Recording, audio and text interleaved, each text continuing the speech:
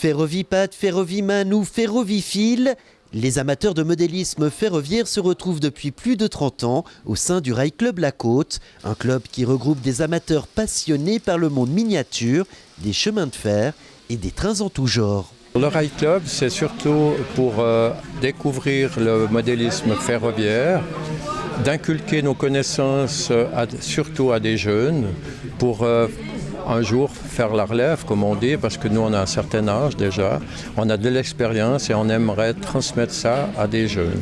Comme tous les 2 ans et pour 3 jours, le RCLC organisait une journée portes ouvertes à l'école lyonnaise d'État de Doigt. Le but, partager l'engouement des 55 membres actifs, dont une dizaine de juniors de cette société. Ils peuvent être architectes, ils sont électriciens, il y a même une dame qui s'intéresse à faire du modélisme.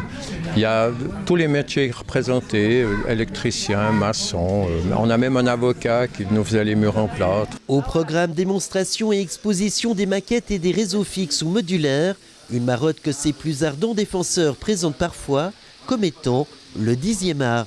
C'est une palette énorme parce que là-bas il y avait des trains américains, il y a des jeunes qui tiennent que pour les trains américains, il y a les trains suisses, mais ça ouvre la palette à tout le monde parce qu'il y a des adultes qui se lancent là-dedans à fond, la même chose que les juniors. Si personne ne sait vraiment quand l'idée de miniaturiser des trains est apparue, l'ère moderne du modélisme ferroviaire coïncide avec la création en Angleterre du premier club dédié à cette activité, au tournant du siècle dernier. Une activité qui a évolué avec son temps puisque les nouvelles technologies y ont fait leur apparition. Avec les nouvelles technologies, ça change beaucoup de la manière de conduire et de piloter des trains parce qu'il y a une évolution technique assez intéressante.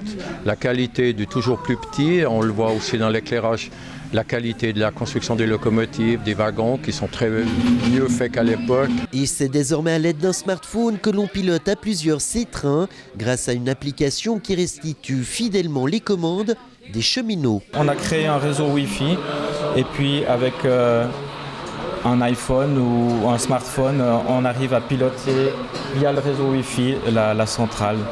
Donc en fait, chaque personne qui a son train le suit et puis est le mécanicien de la locomotive.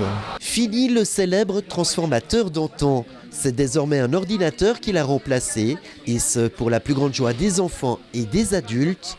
En fait, surtout des adultes. Ça intéresse les enfants, bien sûr, parce qu'ils voient une nouvelle technologie qu'ils n'ont pas vue, mais ça intéresse surtout les adultes, je dois dire, parce que ça a pas mal d'avantages pour celui qui ne connaît pas l'électronique ou l'électricité. En organisant ces traditionnelles portes ouvertes, le comité du RCLC espère bien convaincre de nouvelles ouailles à venir le rejoindre.